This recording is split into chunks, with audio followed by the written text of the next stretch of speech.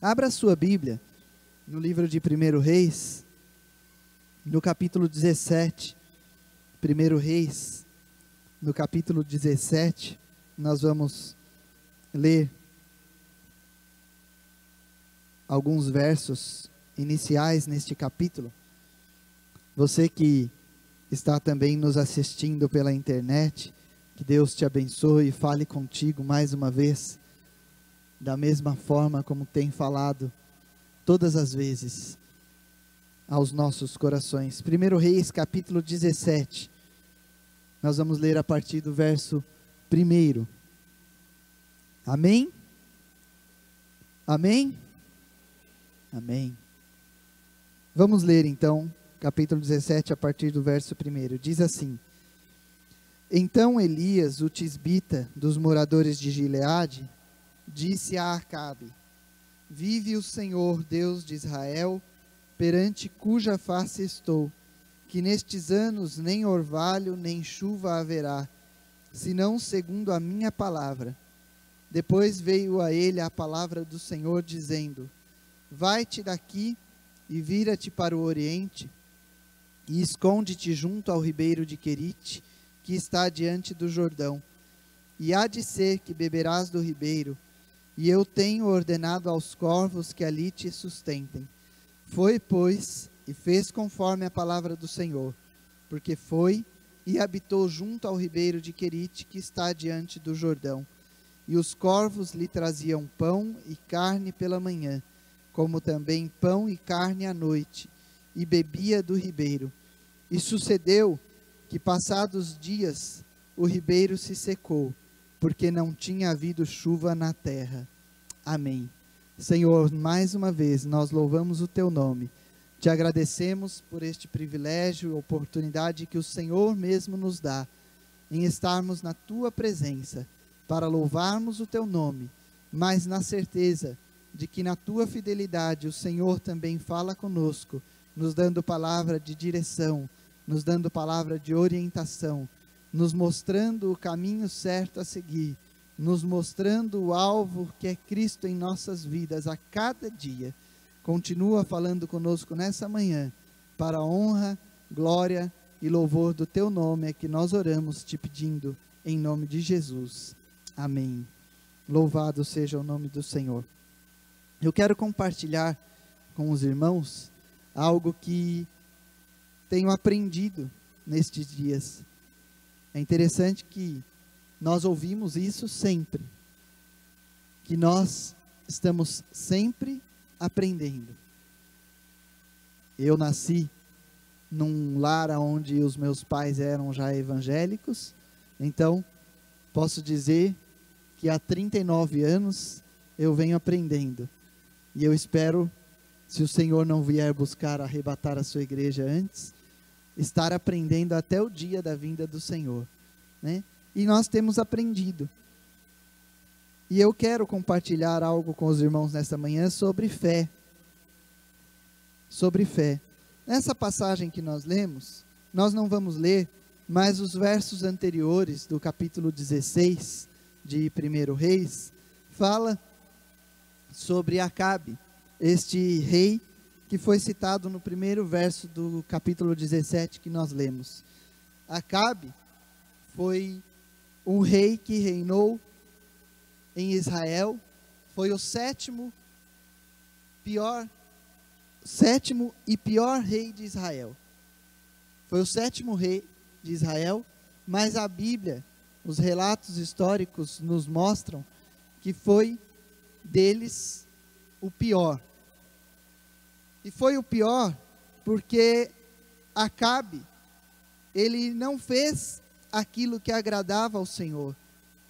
Pelo contrário, no verso de número 30 do capítulo 16, diz que Acabe fez o que era mal aos olhos do Senhor, mais do que todos os outros reis que reinaram antes dele.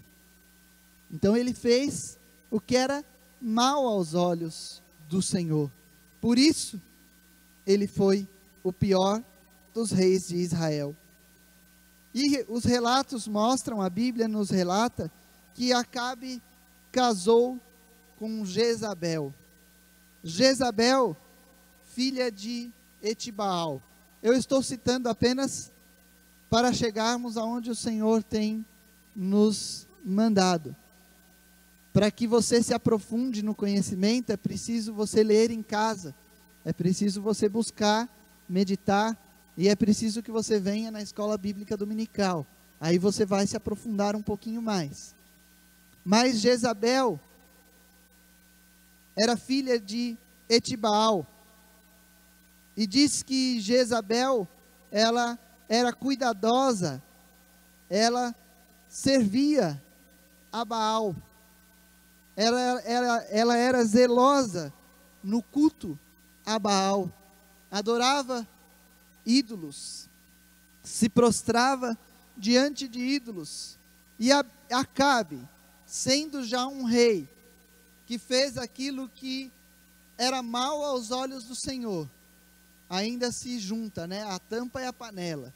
Ainda se juntou, casou-se com uma mulher que adorava a Baal. Diz no capítulo 16, no verso, que Acabe levantou altares a Baal. Acabe fez um bosque de madeira para adoração a Baal, ou seja, já não fazia aquilo que agradava ao Senhor, e foi se afundando, foi cada vez mais entrando por um caminho que não agradava ao Senhor, e se distanciando do verdadeiro Deus. Mas aí nós lemos, aqui no capítulo 17, e inicia o capítulo, falando sobre Elias. Elias, um profeta de Deus, que profetizou neste mesmo período em que Acabe reinou sobre Israel. Nós estamos falando aqui aproximadamente 850, 870 anos antes de Cristo. Este foi o período em que Acabe reinou sobre Israel e que Elias profetizou em nome do Senhor sobre aquela nação. Elias, tisbita, porque era da cidade de Tisbe, em Gileade.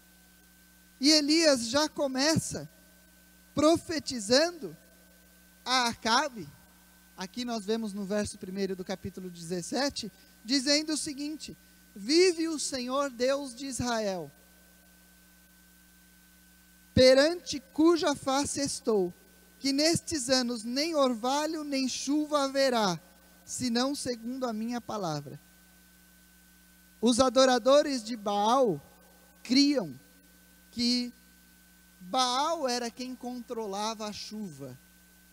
E Elias já começa profetizando e dizendo a Acabe, no início desse trecho que nós lemos, dizendo: olha, eu profetizo em nome do Deus vivo, o Deus de Israel. Não vai, nestes anos, nem orvalho, nem chuva haverá, senão segundo a minha palavra. Ele já começa logo de cara, já entrando, já, como diz o ditado aí popular, né, já entra já de sola, né? Porque ele já chega já afrontando, entre aspas, aqueles que criam em Baal. Mas ele estava falando, como foi ministrado aqui no louvor, de um Deus que é verdadeiro, de um Deus que é vivo, de um Deus que não mente. Ele profetizava em nome do Deus vivo. Então ele fala: não vai haver chuva nestes anos. E a palavra continua, dizendo no verso 2 que depois disso, o Senhor vira para Elias e diz: vai, sai daqui, vai para o Oriente, esconde-te junto ao ribeiro de Querite. Fica lá, vai para o ribeiro de Querite, e ali eu vou te sustentar. Claro que haveria perseguição. Diante de uma profecia como essa, contra o rei Acabe, claro que ele seria perseguido.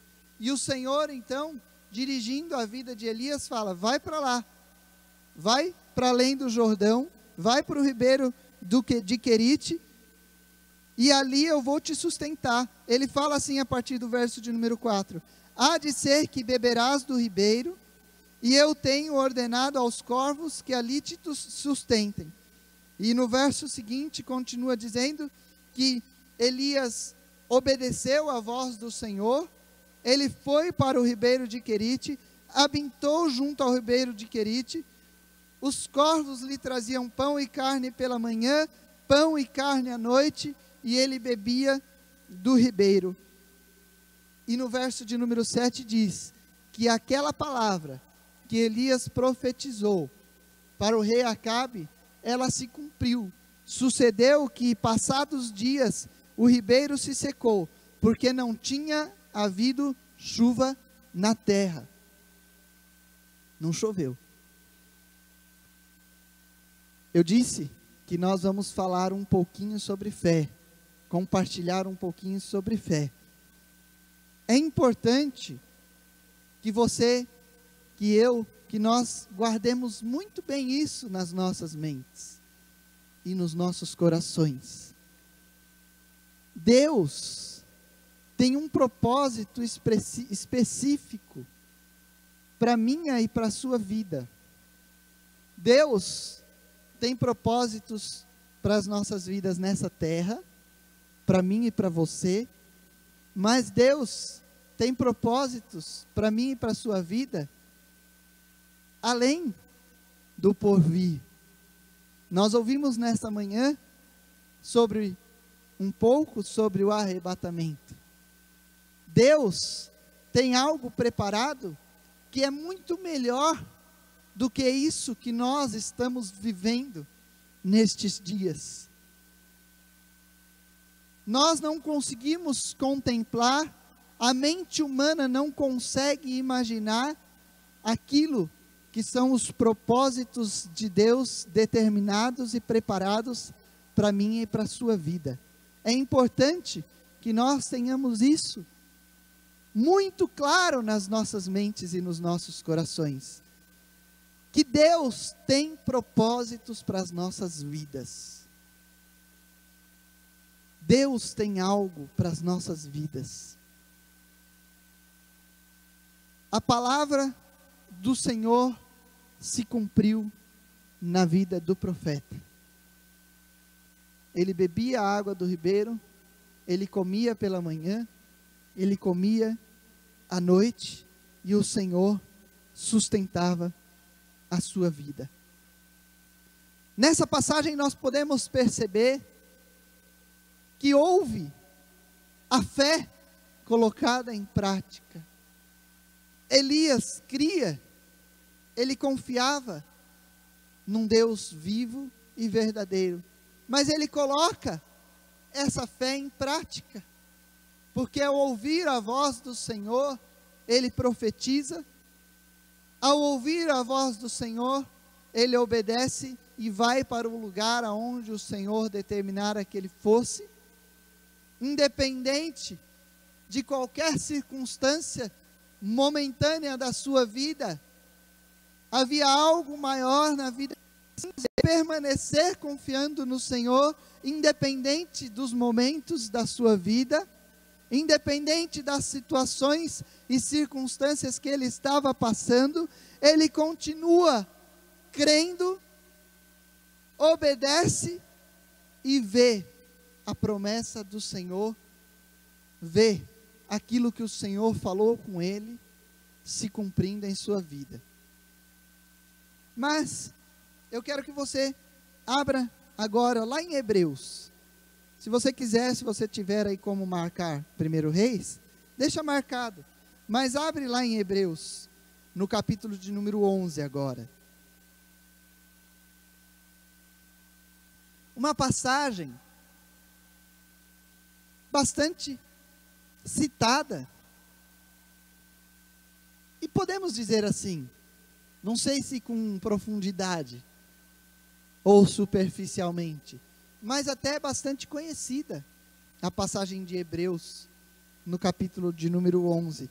E eu quero ler, a partir do verso de número 32, também alguns versos, neste capítulo. Diz assim a partir do verso de número 32: E que mais direi? Faltar-me-ia o tempo, contando de Gideão e de Baraque, de Sansão e de Jefté e de Davi, e de Samuel e dos profetas, os quais pela fé venceram reinos, praticaram a justiça, alcançaram promessas, fecharam as bocas dos leões, apagaram a força do fogo, escaparam do fio da espada, da fraqueza tiraram forças, na batalha se esforçaram, puseram em fugida os exércitos dos estranhos.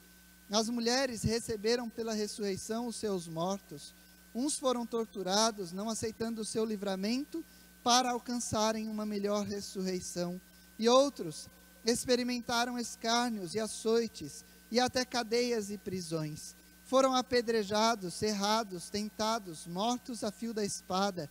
Andaram vestidos de peles de ovelhas e de cabras, desamparados, aflitos e maltratados, homens dos quais o mundo não era digno, errantes pelos desertos e montes, e pelas covas e cavernas da terra. Até aí, neste momento. Olha que interessante. Nós falamos sobre Elias. Se você pegar e começar a ler o capítulo 11 de Hebreus, o escritor, o autor, ele começa a dizer sobre os heróis da fé, ele começa dizendo sobre a fé, o que é a fé, e depois ele passa a citar os heróis da fé pelo nome, e também citando algumas das atitudes, alguns dos atos que esses heróis tiveram durante a sua vida, para exemplificar, para demonstrar a fé que eles tiveram, e o que isso trouxe de resposta, de resultado para as suas vidas.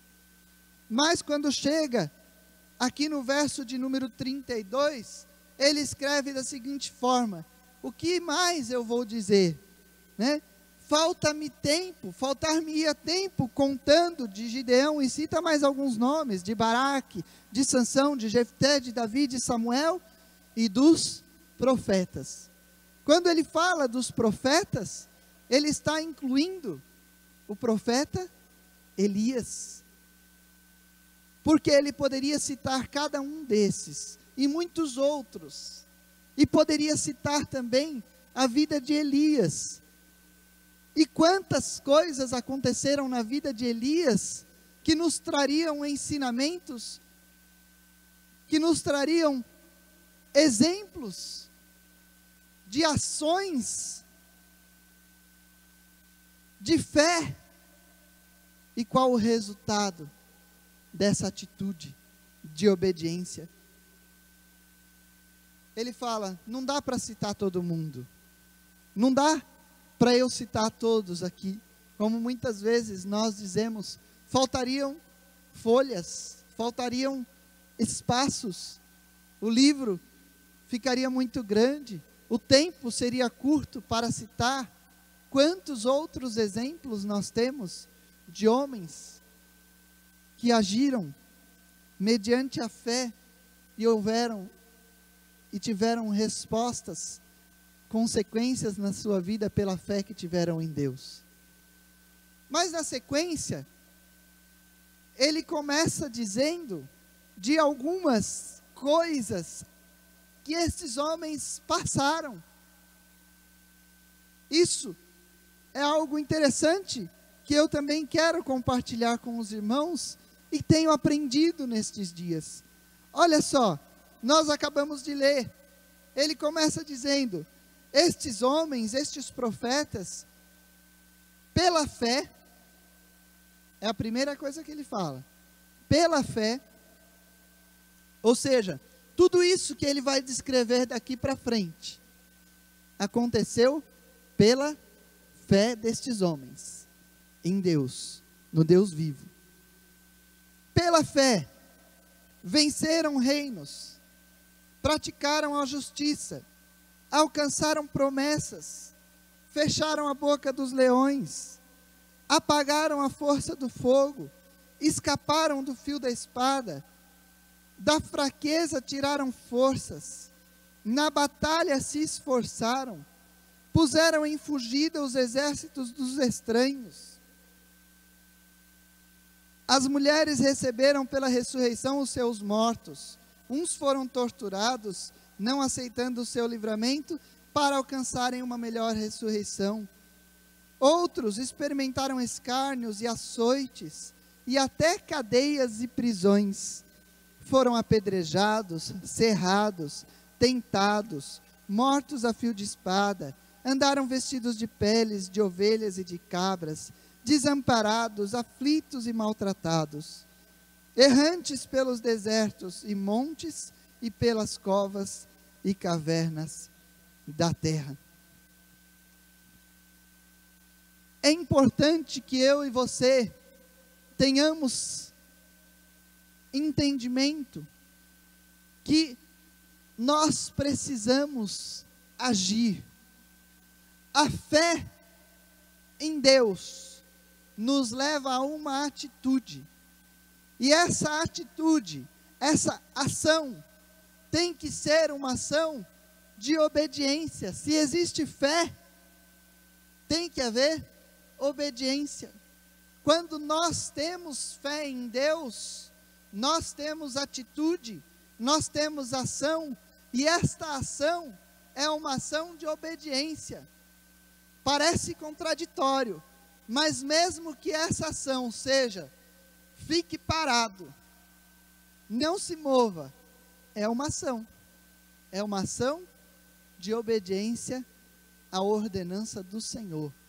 Quando nós temos fé, nós temos atitude, e essa atitude tem que ser atitude de obediência ao Senhor. É importante que fique claro isso para mim e para você. A nossa atitude tem que ser de obediência ao Senhor. Nós não podemos ser levados por aquilo que a nossa vontade determina, ou que nós ouvimos de um ou de outro. Nós temos que ter atitude de obediência a Deus, a vontade do Senhor para as nossas vidas, porque a vontade do Senhor, segundo o que a palavra do próprio Deus nos diz, ela é boa, perfeita e agradável para mim e para a sua vida.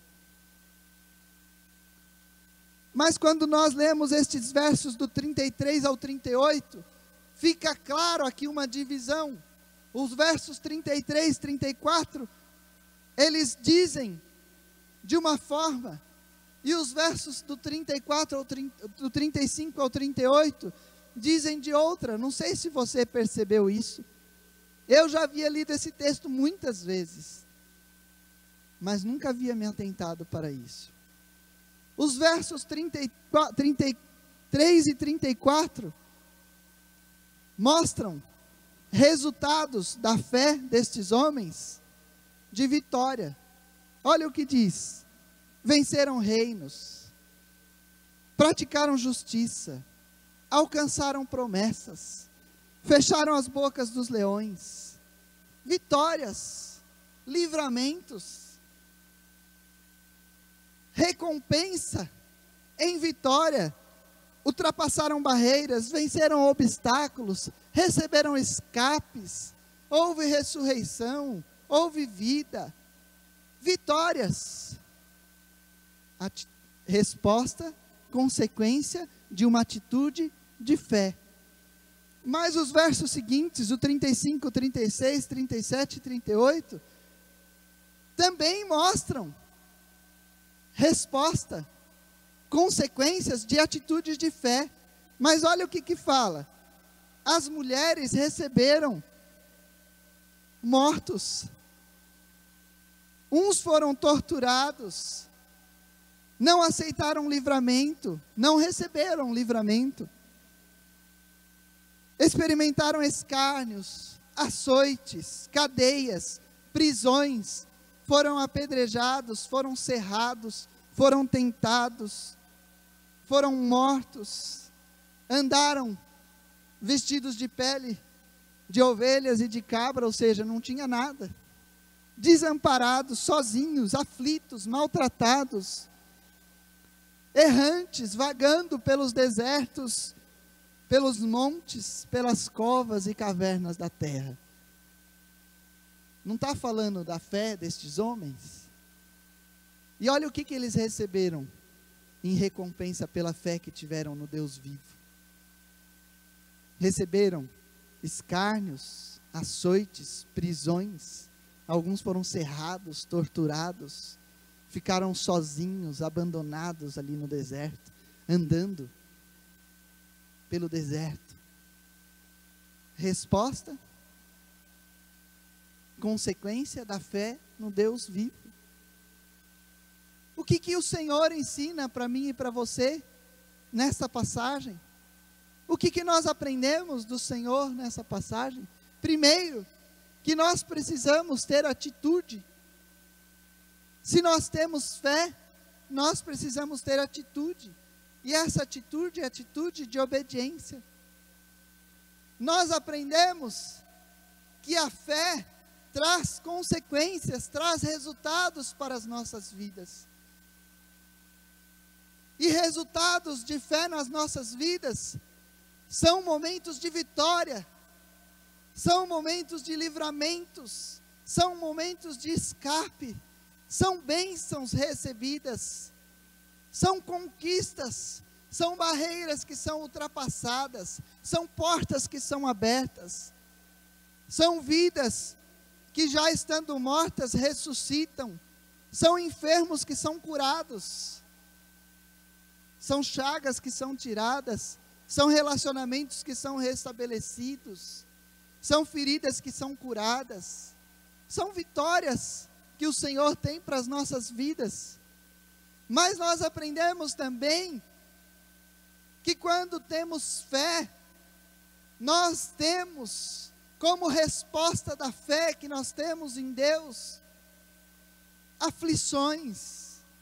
Como resposta da fé que nós temos em Deus, nós somos aprisionados, nós somos torturados, nós somos afligidos, nós muitas vezes nos sentimos sozinhos, nós passamos por necessidades, nós passamos por perdas, passamos por dor, nós passamos por momentos difíceis, como consequência da fé que nós temos em Deus. Resposta, consequência da fé que nós temos em Deus. Mas eu não quero ainda parar. Nós ainda temos alguns minutos e vamos concluir aquilo que o Senhor colocou no meu coração para compartilhar com os irmãos. Pega agora a partir do verso 39, do capítulo 11 de Hebreus.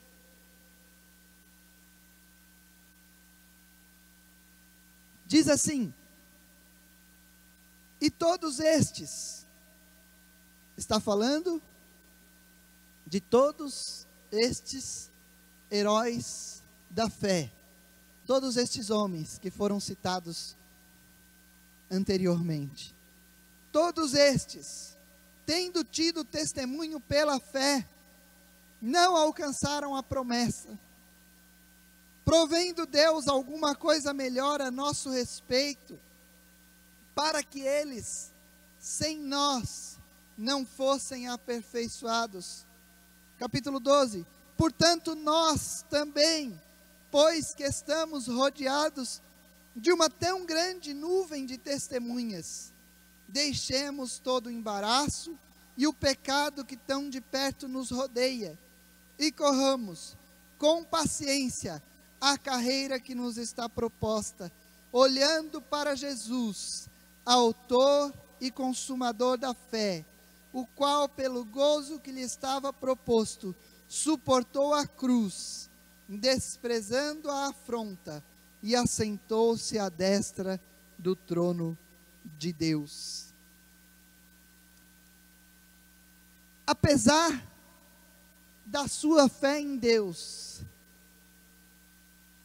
No verso 39 do capítulo 11 diz que estes heróis da fé, porque são chamados heróis da fé, são exemplos de fé para mim e para você. Apesar da sua fé em Deus, aqui no verso 39 diz que, tendo tido testemunho pela fé, ou seja, eles testificam para mim e para você da sua fé em Deus. Isso é testemunho para mim e para a sua vida, a sua fé em Deus. Mas mesmo estes, diz aqui, não alcançaram a promessa.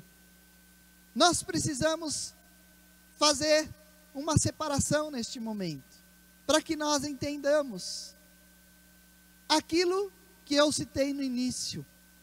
Deus tem propósitos para mim e para a sua vida nessa terra, mas Deus tem propósitos para mim e para a sua vida no porvir.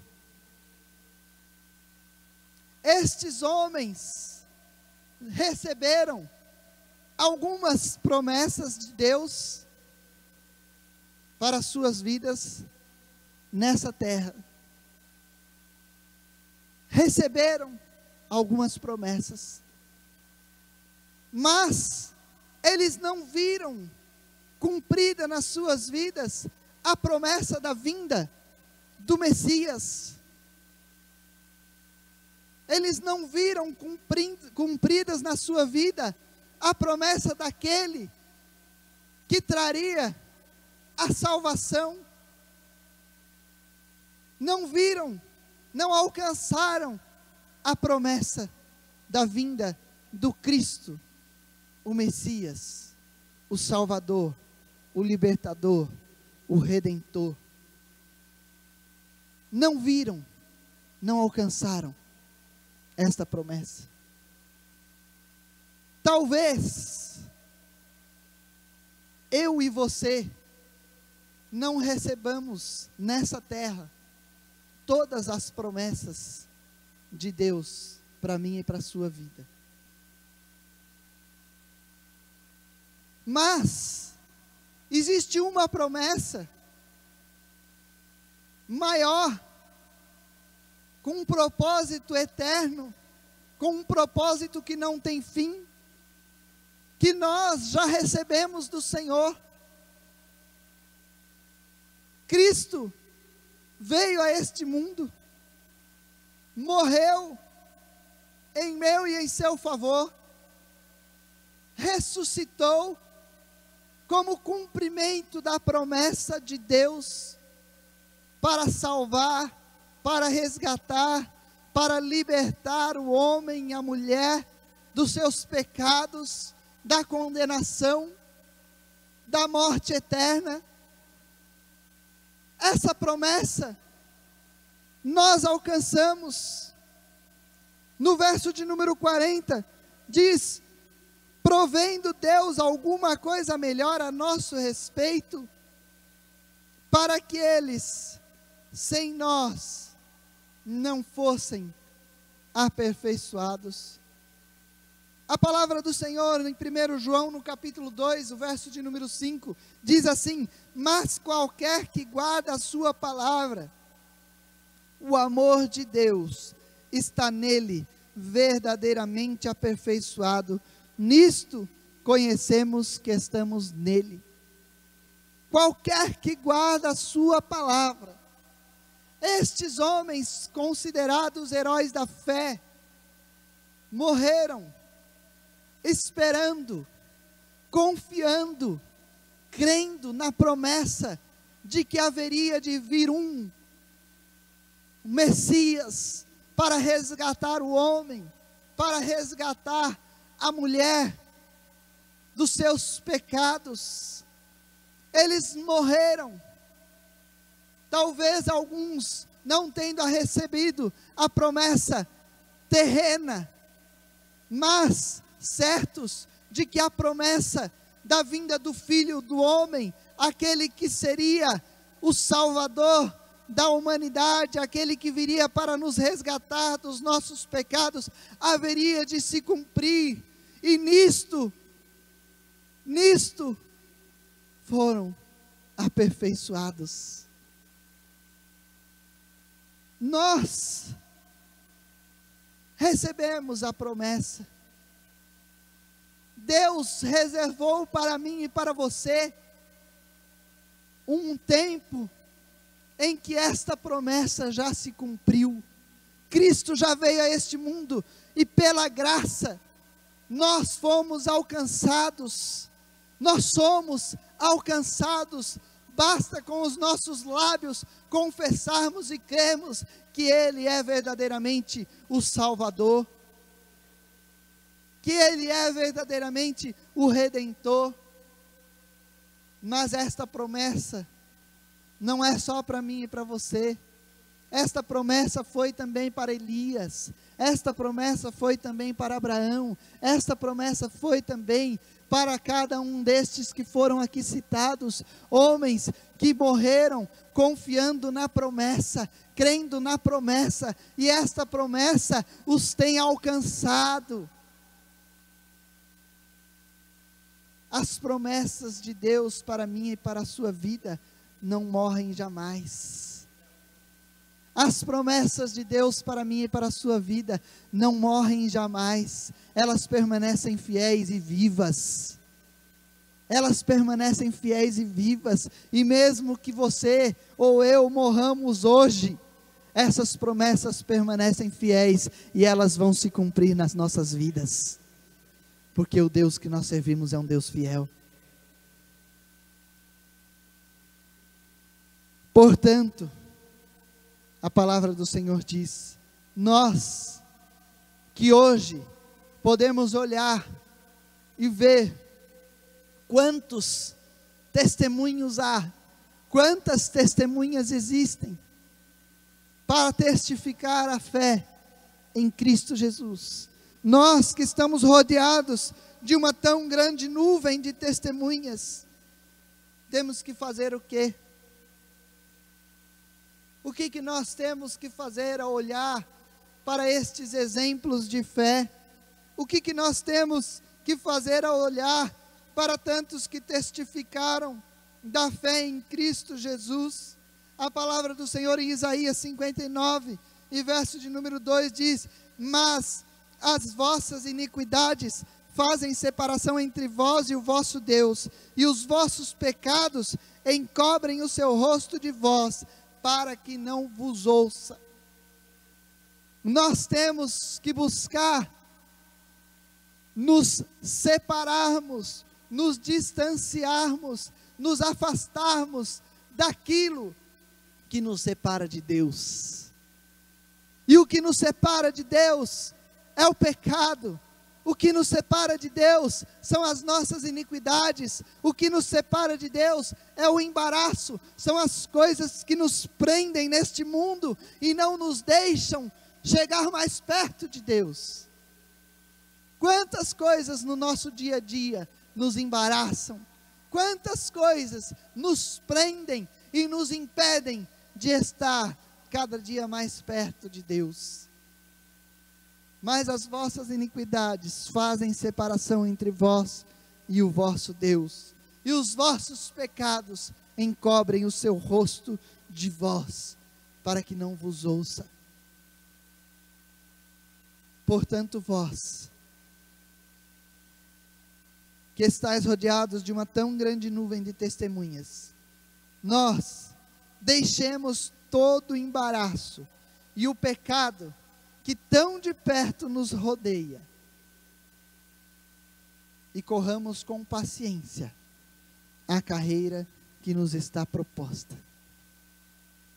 É preciso perseverança, é preciso fé, é preciso paciência, é preciso nos separarmos daquilo que nos embaraça, daquilo que nos afasta de Deus. É preciso deixar o pecado de lado.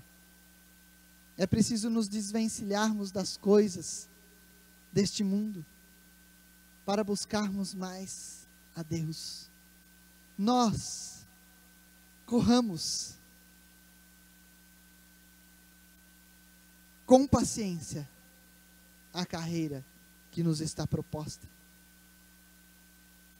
Veja que é algo que Deus tem proposto a mim e a você.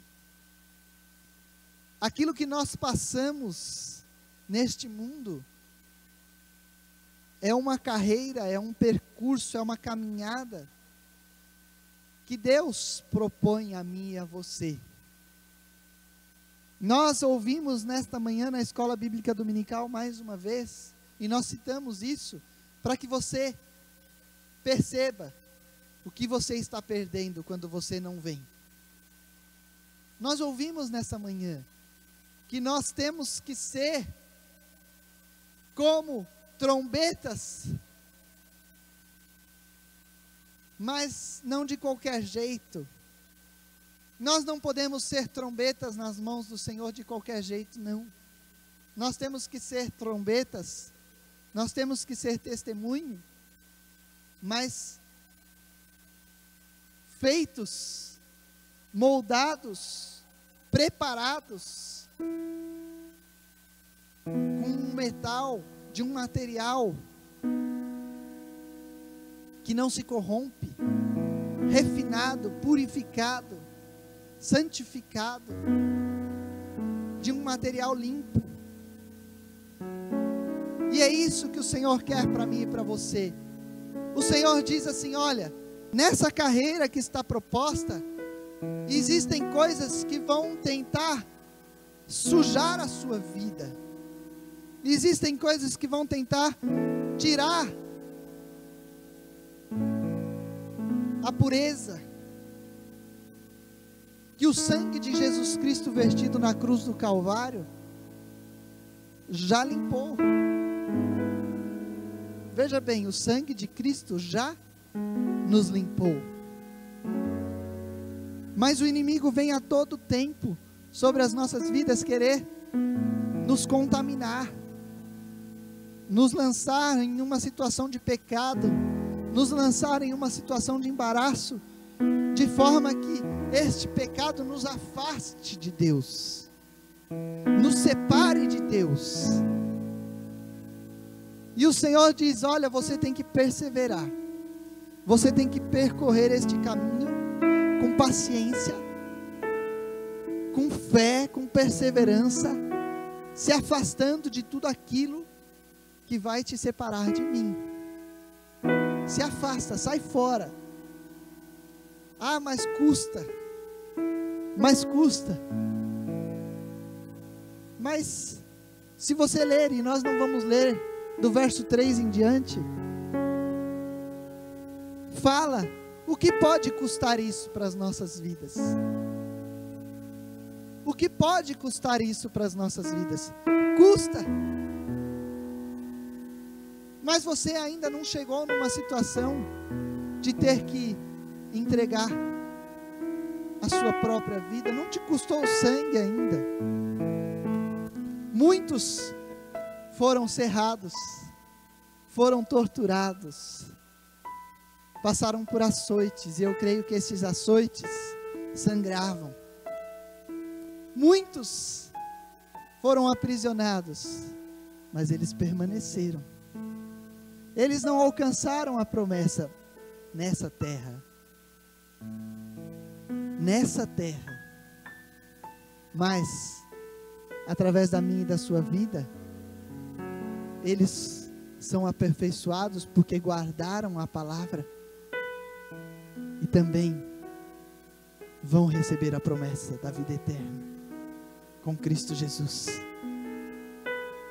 São exemplos de fé, são homens como eu e você, que também falharam, que também erraram, que também pecaram, mas que permaneceram fiéis a Deus, que perseveraram, que guardaram a fé, crendo na promessa. O verso de número 2 diz assim: corra essa carreira com paciência. É Cristo, é o Senhor que está propondo para mim e para você. Corra olhando para Jesus, autor e consumador da fé, o qual, pelo gozo que lhe estava proposto, suportou a cruz, desprezando a afronta, e assentou-se à destra do trono de Deus. Os nossos olhos têm que estar fixos em uma coisa. Os nossos olhos têm que estar fixos em Jesus. A fé que há em mim só existe porque Ele foi o autor. Ele morreu, o consumador dessa fé. Hoje, essa fé existe dentro do meu e do seu coração, porque Ele foi o autor e o consumador. Pai, tudo está consumado. Tudo está consumado. Agora basta eles crerem que eu sou, e eles vão alcançar a promessa. Basta eles crerem que eu sou, e eles vão alcançar a promessa. Eles vão alcançar a vida eterna. Os nossos olhos, independente das circunstâncias que nós passamos, porque se nós formos perguntar qual o momento de vida de cada um aqui, cada um vai ter uma palavra diferente, mas eu creio que não são circunstâncias favoráveis todas elas. Algumas talvez sim, outras não. Mas independente da circunstância de vida, é uma carreira que o Senhor tem proposto para mim e para você, que nós temos que percorrer com os nossos olhos fixos em Cristo, no autor e no consumador da nossa fé, tendo a certeza de que Ele suportou tudo para que eu e você tivéssemos direito, para que eu e você alcançássemos o propósito maior de Deus para as nossas vidas, que é a vida eterna com Cristo Jesus. O propósito principal, o propósito maior de Deus para a minha e para a sua vida, não é nessa terra. O propósito maior de Deus para a minha e para a sua vida é no porvir. Nós podemos sim testificar, talvez no dia em que nós estivermos dentro de um caixão e estiverem muitos ao nosso redor velando os nossos corpos, serão citados alguns testemunhos, testificarão a nosso respeito e dirão: fez isso, fez aquilo, foi assim, foi assado, e isso servirá como testemunho para muitos. Mas nada disso terá valor se no dia em que nós adentrarmos as portas da nova Jerusalém que o Senhor tem preparado, ou no dia em que os salvos, redimidos, adentrarem as portas da nova Jerusalém, eu e você não estivermos lá, nada disso terá proveito. Muitos acham que por serem bons aqui nessa terra, alcançarão a promessa, mas não é assim que a palavra do Senhor diz. Vai ficar só o elogio, vai ficar só o testemunho dessa terra, mas o que importa é a vida eterna. Em 2 Coríntios, no capítulo 12, no verso de número 9, a palavra do Senhor diz: o Senhor dizendo a Paulo: Paulo, a minha graça te basta, porque o meu poder se aperfeiçoa na fraqueza. O fato de termos fé em Deus não significa que nós somos perfeitos e não erramos. O fato de termos fé em Deus não significa que nós só teremos vitórias e nunca derrotas nessa terra. E o próprio Senhor disse a Paulo: Paulo, o meu poder se aperfeiçoa nas fraquezas. A minha graça, Paulo, te basta. O que você precisa é da minha graça para alcançar a promessa.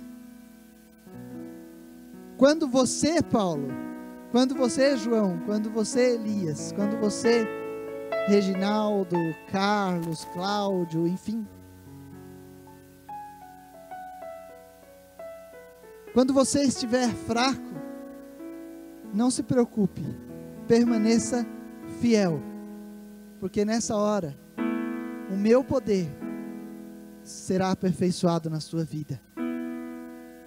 A minha força será aperfeiçoada na sua vida. Você se sentirá mais forte. Você se sentirá mais encorajado para vencer este momento. Você terá uma condição maior para continuar essa carreira. Você terá uma força maior para continuar essa carreira até chegar na vitória, na promessa, na vida eterna. Romanos capítulo 8, versos 37 ao 39 diz assim: mas em todas estas coisas, somos mais do que vencedores por aquele que nos amou. Porque estou certo de que nem a morte, nem a vida, nem os anjos, nem os principados, nem as potestades, nem o presente, nem o porvir, nem a altura, nem a profundidade, nem alguma outra criatura nos poderá separar do amor de Deus que está em Cristo Jesus, nosso Senhor. Estas coisas podem até nos tirar alguma coisa aqui nessa terra, mas nada disso que foi citado aqui pode nos separar do amor de Cristo Jesus. A minha graça te basta. Derrotas nessa terra, continue a carreira. Cerrado, tem alguém aqui que já foi cerrado? Não, né? Mas se você foi, permanece, continua a carreira. A minha graça te basta. Tenha fé, tenha fé, tenha fé no Senhor, permaneça fiel. Fique em pé em nome de Jesus. Que o Espírito Santo de Deus continue falando ao seu coração, ao meu, aos nossos corações.